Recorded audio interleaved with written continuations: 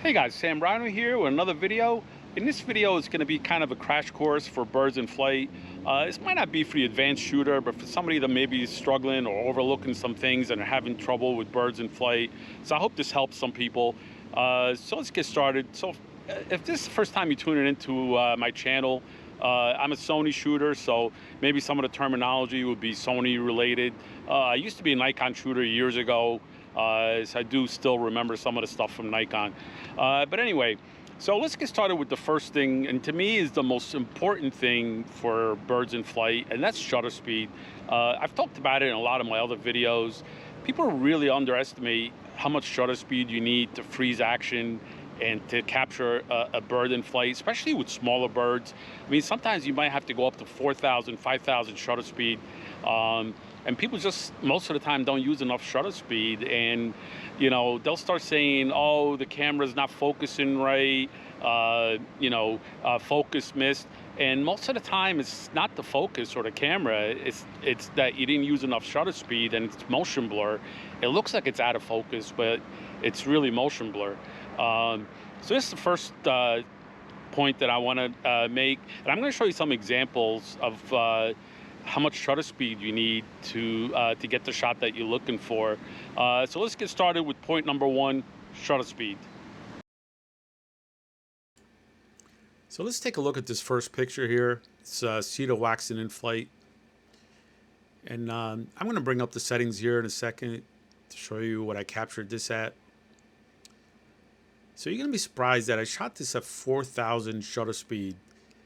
And the eyes are perfectly sharp, the body's sharp, the head is sharp, but you're still seeing some motion blur in the wings. So even at 4,000 shutter speed, you're still getting a little bit of motion blur. And for a picture like this, it's acceptable to have a little bit of motion blur in the wings. As a matter of fact, some people like that effect of having a little bit of motion blur. But if I wanted to freeze these wings completely, I probably would have had to shoot this at 5,000 shutter speed. So now you understand what I'm talking about how important shutter speed is. And when people say that shooting at 1,600, 2,000 shutter speed, it's not nearly enough, especially for smaller birds like this. So here's another example, some mockingbird in flight, another small bird. You can see this slight motion blur in the wings. Not as bad as the other one, but definitely some little motion blur. Again, this is absolutely acceptable as long as the eyes are sharp. That's the most important thing. You can have a little motion blur in smaller birds. So anyway, I'm going to show you some pictures, some turns in flight with the settings for them to show you more examples in this next section. And then we'll go on to the next tip. All right, guys. Hope you enjoyed this.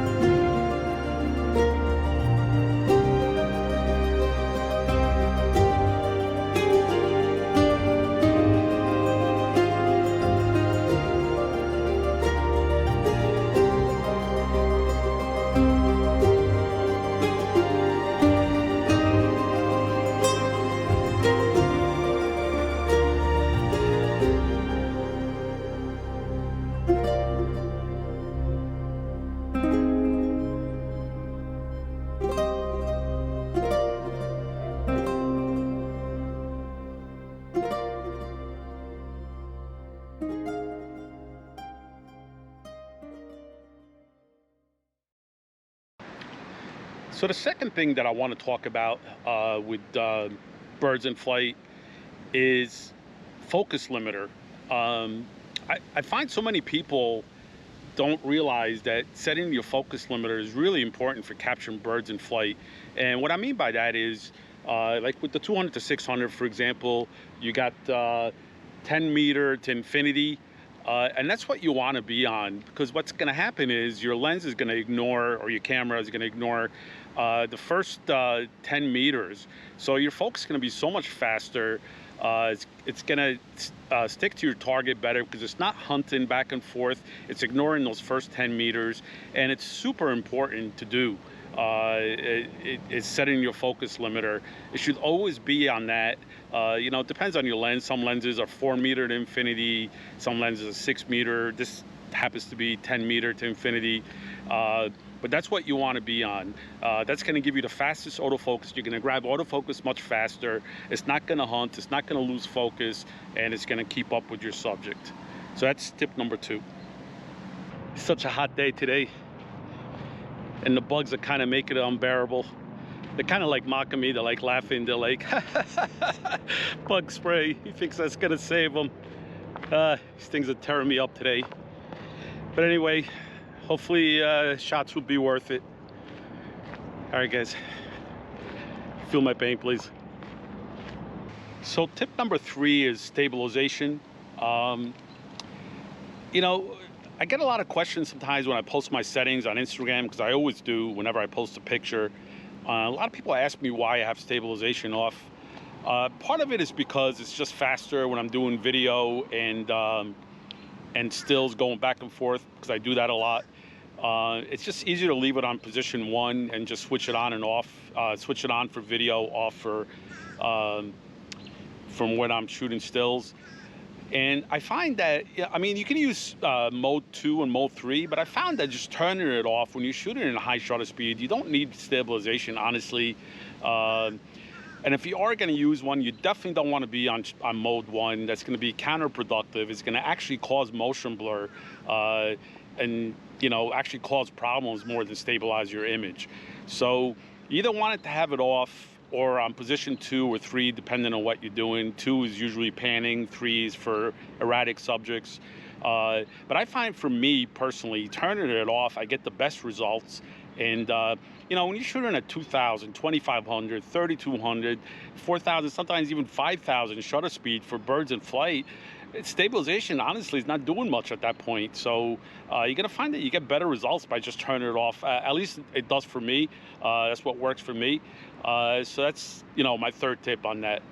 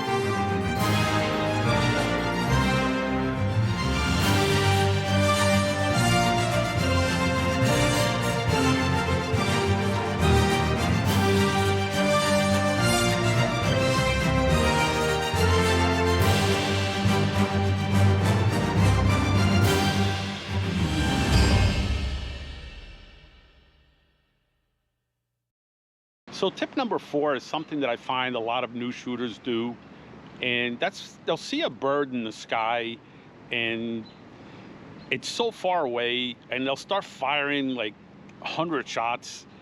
And honestly, one thing I've learned is you got to get close. Shooting a bird that's a mile away in birds of flight is not going to give you good results. And I know it's not easy to get close to birds, but you really have to work on that. And getting close to me is the key. Taking a shot from a mile away of a bird flying is not going to give you a good image. Even with a high megapixel camera like the A1 or the A7R4, you're still not going to get great results. To me, I try to get as close as possible. I've learned now that if it's too far, I don't even bother anymore shooting. So, that's my tip here is get close.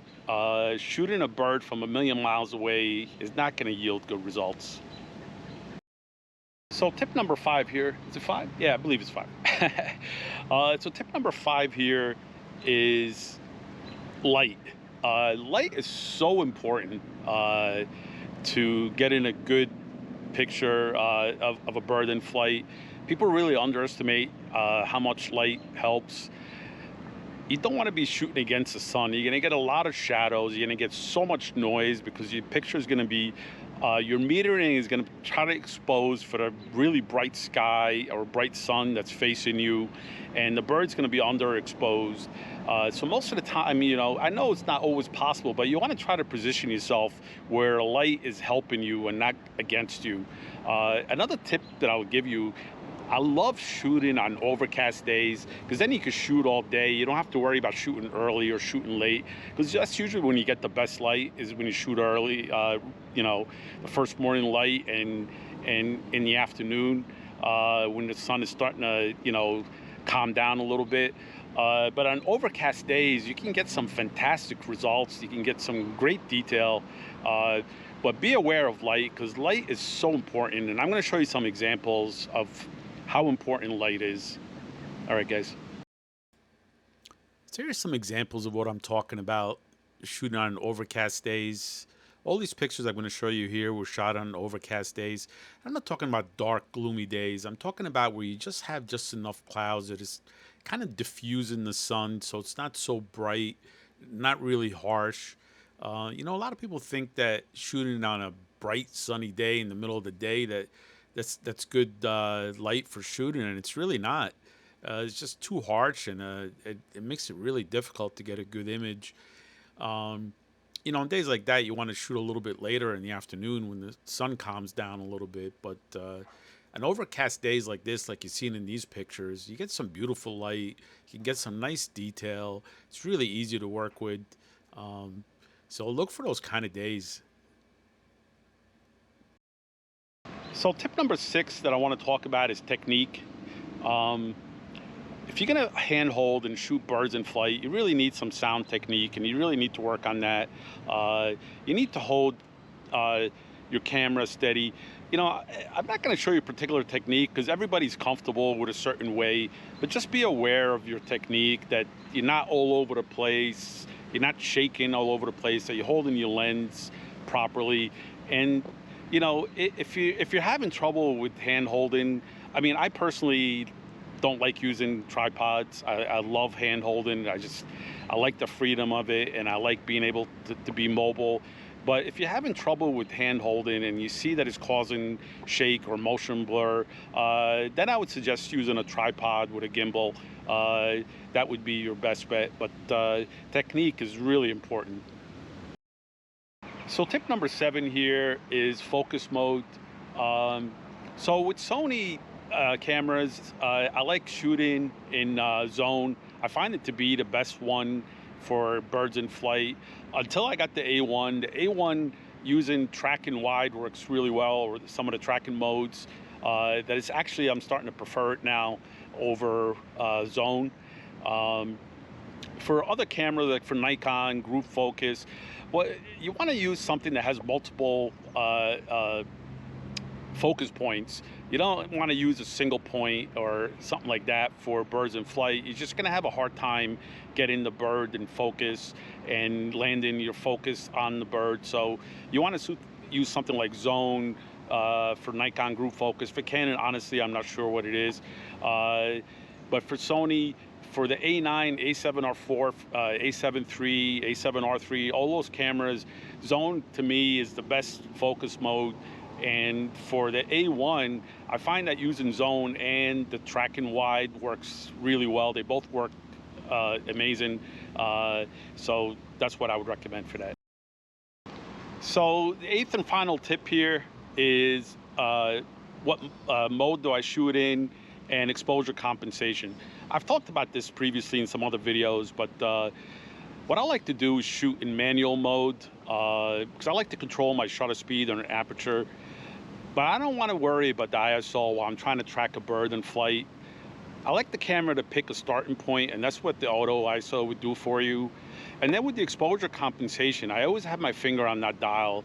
And the beauty about shooting mirrorless cameras, and this is primarily for mirrorless cameras, whatever you see in your viewfinder is what the camera sees. So you can adjust your exposure compensation on the fly. If you see that you're underexposing or overexposing the bird in the viewfinder, you just have your finger on that dial and you adjust it on the fly. And that's the way I'm always shooting. I use it for video, I use it for stills, and that's what I'm always using.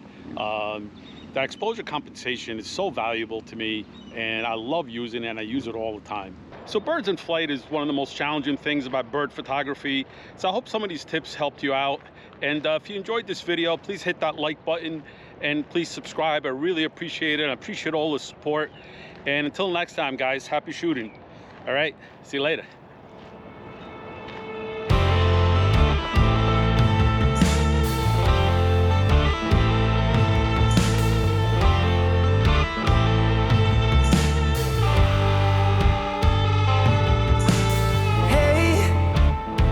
It's not the same if I close my